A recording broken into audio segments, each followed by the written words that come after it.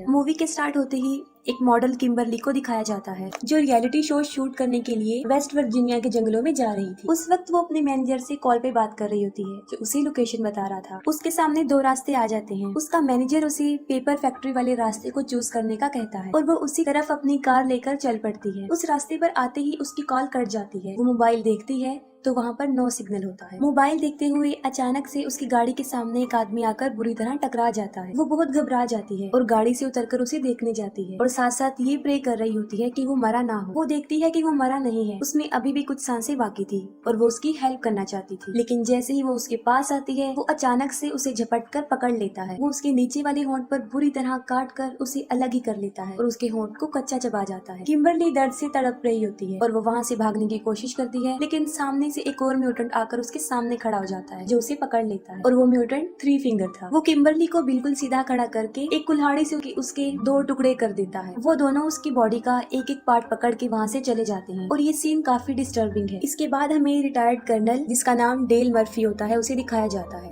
और वो ही West Virginia के जंगलों में रियलिटी शो का होस्ट कर रहा है। उनके शो का नाम अपोकलिप्स होता है। इस शो में टोटल 6 पार्टिसिपेंट जिनमें किम्बरली जो वहाँ पर पहुँच नहीं सकी क्योंकि वो रास्ते में ही म्यूटेंट्स का शिकार बन चुकी थी। शो को माइकल नाम का एक लड़का डील कर रहा था और वही शो का डायरेक्टर था। वो सब शूटिंग के लिए रेडी हो जाते हैं लेकिन किम्बरली वहाँ पर मौजूद नहीं थी, जिस पर माइकल डिसाइड करता है कि वो उसके बगैर ही अपने शूट को स्टार्ट करेंगे और वो शो की सेकंड प्रोड्यूसर मारा को कहता है कि 6 कंटेस्टेंट बन जाए और वो इस बात के लिए एग्री हो जाती है। वो पूरे जंगल में कैमरास फिट कर देते हैं ताकि सारे पार्टिसिपेंट्स पर नजर रख सके और साथ साथ वो पार्टिसिपेंट के ऊपर भी एक कैमरा लगा देते हैं। फिर वो शूटिंग स्टार्ट कर देते हैं। डेल उन लोगों को एक अजीबोगरीब टास्क दे देता है कि उन्हें जाकर जंगल में खाना ढूंढना है। उन 6 के 6 पार्टिसिपेंट्स को वो एक एक टीम में डिवाइड करते हैं। उन्हें सारे रूल्स बता दिए जाते हैं और इसके बाद उनका शो स्टार्ट हो जाता है। आरवी में उन लोगों ने जो कैमरा लगाया था उसके फुटेज में हम नील को देखते हैं जो उस वक्त टॉयलेट कर रहा होता है। तभी थ्री फिंगर पीछे से आकर उसे पकड़ लेता है और उसका गला काट के उसे मार देता है। इसके बाद हम देखते हैं डेल को जो जंगल में खड़ा उस गेम को सेटअप कर रहा होता है और जब वो वापस आता है कि किसी ने उसके एटीवी को तीर मारकर उसके टायर को पंचर कर दिया है। इसके बाद उस पर भी कोई तीरों से वार करना शुरू कर देता है लेकिन वो खुद को बचाकर दरख्त के पीछे छुप जाता है। लेकिन सामने से थ्री फिंगर उस पे कुल्हाड़ी फेंकता है। वो कुल्हाड़ी से बच जाता है और अपना चाकू निकालता है और थ्री फिंगर की तरफ फेंकता है जो सीधा जाकर उसके सीने में लगता है। लेकिन थ्री फिंगर को उसका जरा भी असर नहीं होता और वो चाकू पर लगे अपने ही खून को लीक करता है और अचानक से वहाँ पर एक और म्यूटेंट आता है जो डेल को पीछे से मारकर बेहोश कर देता है। दूसरी तरफ माइकल जो टीम ए को शूट कर रहा होता है, जो अपने चैनल को फेमस करने के लिए दुनिया को सर्वाइवल के अलावा और भी बहुत कुछ दिखाना चाहता था। लेकिन जेक इस बात से इनकार कर देता है। वो कहता है कि मैं ऐसा कुछ नहीं करूंगा क्योंकि मेरी फैमिली ने भी ये शो देखना है और ये कहकर वो वहाँ से चला जाता है। लेकिन इलीना ये मौका गंवाना नहीं चाहती थी और वो चाहती थी कि वो शो में सबसे ज्यादा नजर आए और इसीलिए वो माइकल को लालच देती है। नीना और मारा को एक टास्क मिलता है और वो टास्क ये था कि उन्हें रिवर के पास जाकर अपना वो टास्क कंप्लीट करना था। वो तेजी से भागकर रिवर के पास आ जाती है और मारा उस टास्क को पूरा करने के लिए आगे बढ़ती है और देखते ही देखते वो टास्क को कंप्लीट कर लेती है। लेकिन साथ में वो माइकल और इलीना को भी देख लेती है जिससे वो काफी डिसहार्ट होती है क्योंकि ये सब कुछ वो माइकल के लिए ही कर रही होती है। वो काफी दुखी हो जाती है जिस पर नीना उसे बहुत समझाती है। एम्बर और जॉन्सी को जंगल में एक बारबेक्यू नजर आता है और वो समझते हैं कि शायद यही उनका टास्क है और वो कपड़े की मदद से उसे वहाँ से उठाकर ले जाते हैं। मारा उस जगह को छोड़ना चाहती थी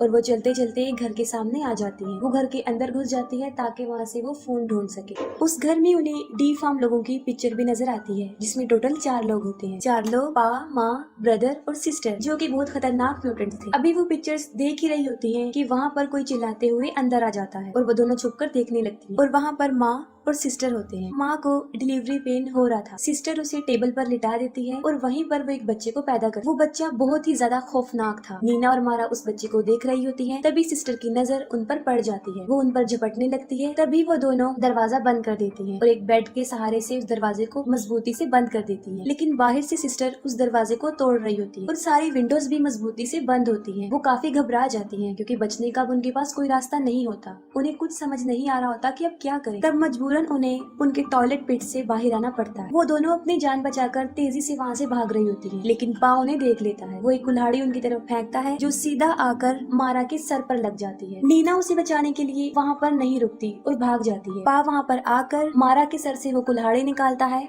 और नीना के पीछे चला जाता है। नीना वहाँ पर छुपी होती है और वो अपनी जान बचाने की बहुत कोशिश करती है। दूसरी तरफ माँ ट्रक लेकर पा को वहाँ से लेने आती है और ट्रक के ऊपर उसने मारा को भी बांधा होता है। वो उसकी उंगली को चबाकर दूर फेंक देती है और वो उंगली सीधा जाकर नीना के पास गिर जाती है। नीना बड़ी मुश्किल से अपने मुंह पर हाथ रख के अपना मुंह बंद करने की कोशिश करती है और जब वो लोग वहाँ से चले जाते हैं तब नीना भी वहाँ से भाग जाती है। माइकल वहाँ से निकलकर हार्वी की तरफ चला जाता है और पीछे से एलिना अकेली रह जाती है। ब्रदर छुपकर काफी देर से एलिना को देखता होता है। इतनी देर में सिस्टर भी वहाँ पर पहुँच जाती है और वो उसे देखकर जेलस होती है और ब्रदर को पीटना शुरू कर देती है। एलिना वहाँ से भाग रही होती है कि सिस्टर एक चाकू लेकर उसके पीछे पड़ जाती है। वो उसकी कमर में बहुत ज्यादा चाकू मारती है और उसे इतना जख्मी कर देती है कि उसकी स्पाइन तक नजर आने लगती है और वो मौके पर ही मर जाती है। डेल को जब होश आता है तो वो देखता है किसी ने उसे उल्टा लटकाया हुआ। थ्री फिंगर उसके सामने खड़ा होता है जो नील को काट कर डिनर की तैयारी कर रहा होता है। तभी पा और माँ वहाँ पर ट्रक लेकर पहुँच जाती है और वो मारा की डेड बॉडी को वहाँ पर रखकर चले जाते। थ्री फिंगर डेल को मारने ही वाला होता है जिस पर डेल उसे जख्मी करके खुद को आजाद कर लेता है। डेल एक बहादुर सोल्जर होता है और वो बड़ी हिम्मत से थ्री फिंगर का मुकाबला करता है और लास्ट में वो थ्री फिंगर से गन छीन कर उसे ही गोली से उड़ा देता है। फिर माइकल हार्वी में आता है और वो सारे कैमरास को चेक कर रहा होता है तो अचानक से हार्वी खुद ब खुद चल पड़ती है। माइकल सोचता है कि शायद नील उसे चला रहा है लेकिन उसे पा और माँ चला रहे होते हैं और वो माइकल को पकड़ लेते हैं और पा उसे मार मार के जख्मी कर देता है। दूसरी तरफ जेक, एम्बर और जॉन्सी जो बड़े मजे से बारबेक्यू एंजॉय कर रहे होते हैं। नीना बहुत घबराई होती है और हाँफते हुए वो उन लोगों के पास पहुँच जाती है। वो सब कुछ उन लोगों को बता देती है और कहती है कि हमें यहाँ पर अब 1 मिनट भी नहीं रुकना चाहिए, हमें यहाँ से चले जाना चाहिए। जॉन्सी समझता है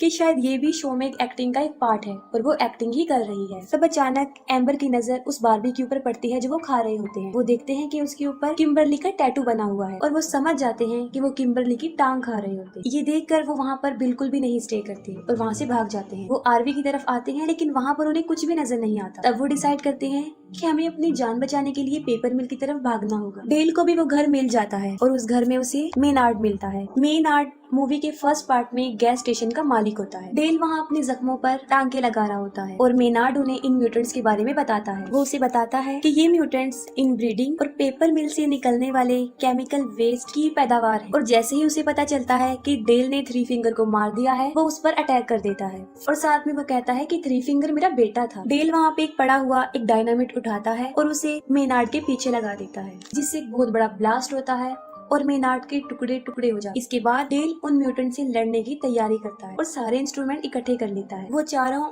उस मिल को ढूंढ रहे होते हैं। तब जंगल से उन्हें किसी के चिल्लाने की आवाज आती है और वो ब्रदर और सिस्टर होते हैं और जब वो दोनों उन्हें देखते हैं तो वो उनके पीछे पड़ जाते हैं। नीना यहाँ पर भी खुदगर्जी का मुजाहिरा करती है और वो वहाँ तीनों को छोड़कर भाग जाती है। वो तीनों उनका मुकाबला करते हैं, उनसे लड़कर उन्हें मारते भी हैं और वहाँ से भाग जाती है। नीना भागते भागते एक गड्ढे में गिर जाती है और वो बाहर आने की बहुत कोशिश करती है लेकिन अंदर ही फंस जाती है। नीना एक सेल्फिश लड़की होती है, वो सबको मुसीबत में छोड़कर भाग ही चुकी थी लेकिन फिर भी जैक उसे ढूंढने का फैसला करता है। वो एम्बर और जॉन्सी को कहता है कि तुम दोनों मिल की तरफ चले जाओ, हम वहीं पर मिलेंगे और खुद वो नीना को ढूंढने चला जाता है। नीना की चीख सुनते हुए वो उसकी हेल्प के लिए भागता है। वो उसे ढूंढकर उसे बाहर निकालने में कामयाब हो जाता है लेकिन उसे बचाते हुए उसका शोल्डर डिसलोकेट हो जाता है। वहाँ पर उन्हें ट्रक की आवाज सुनाई देती है और वो वहाँ से भाग जाते हैं। भागते भागते वो ऐसी जगह पर पहुँच जाते हैं जो आखिरी किनारा होता है और उसके नीचे रिवर होता है। इतनी देर में सिस्टर भी वहाँ पर पहुँच जाती है और उन पर गोलियां चलाना शुरू कर देती है। उन लोगों के पास बचने का और कोई रास्ता नहीं होता और वो रिवर में ही कूद जाते हैं। एम्बर और जॉन्सी भाग रहे होते हैं और जॉन्सी एक ट्रैप में फंस जाता है। एम्बर उसे बचा रही होती है और वो खुद भी इस ट्रैप में फंस जाती है और इतनी देर में पा और ब्रदर भी वहाँ पर पहुँच जाते हैं। पा उन लोगों के ऊपर अभी निशाना बना ही रहा होता है तो वो ब्रदर को मौका देता है। ब्रदर एक ही तीर से उन पर वार करके उन्हें मार देता है। नीना और जैक बड़ी मुश्किल से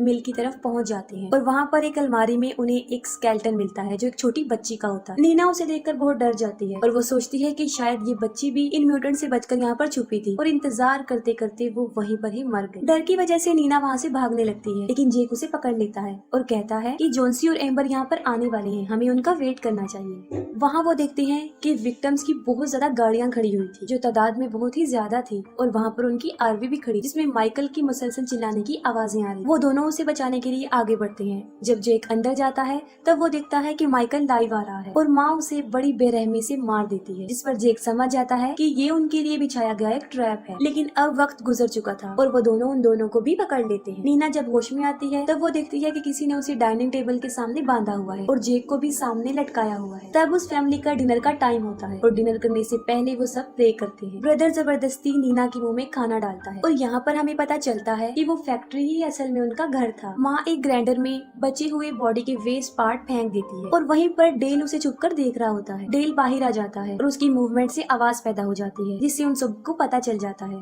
आवाज सुनते ही वो उसे ढूंढना शुरू कर देते हैं। डेल ब्रदर और सिस्टर को अपने ट्रैप में फंसाता है और उन दोनों को भी डायनामिट से उड़ा देता है। अंदर नीना खुद को आजाद करने की कोशिश करती है और इतनी देर में डेल वहाँ पर पहुँच जाता है और वो उसे आजाद कर देता है। उसके बाद वो जेक को भी खोल देता है। तभी पा और माँ भी वहाँ पर आ जाते हैं और अपने बच्चों को टुकड़े टुकड़े हुआ देखकर वो दोनों पागल हो जाते हैं। पा डेल के ऊपर कई बार तीर से वार करता है लेकिन वो एक स्ट्रॉन्ग इंसान था। माँ उसकी तरफ एक तेज धार वाला हथियार फेंकती है जो उसकी गर्दन से लिपट जाता है और वो उसकी पूरी गर्दन काट देता है। उसे बहुत ज्यादा ब्लीडिंग होती है और मौके पर ही उसकी भी मौत हो जाती है। नीना बड़ी मुश्किल से उस मिल से बाहर आ जाती है लेकिन गलती से जेक उस ग्राइंडर वाले रूम में चला जाता है। माँ और पा भी वहाँ पर पहुँच जाते हैं और जबरदस्ती उसे ग्राइंडर में फेंकने की कोशिश करते हैं। नीना को जेक की चीखें सुनाई देती हैं और अब वो उसकी हेल्प के लिए जाती है। वो पा की गर्दन पर बाइट करके उसका मांस उखाड़ देती है और जेक मारते हुए पा को ग्राइंडर में धकेलने की कोशिश करता है जिससे उसका एक हाथ कट जाता है। एन वक्त पर माँ उसे ग्राइंडर से बाहर निकाल देती है। इतनी ही देर में नीना एक लीवर खींच देती है जिससे लकड़ी का लोग वहाँ से मूव करता हुआ उन लोगों से टकरा जाता है और सीधा उन्हें ग्राइंडर में फेंक देता है जिससे उनका कीमा कीमा बन जाता है। नीना और जेक एक कार में बैठकर वहाँ से चले जाते हैं। फिर लास्ट सीन में हमें दिखाया जाता है कि थ्री फिंगर अभी मरा नहीं होता, वो भी जिंदा होता है जो कि डी फार्म बच्चे को फीड कर रहा होता है और वो भी मारा की फिंगर से। और इसके साथ ही मूवी एंड हो जाती है।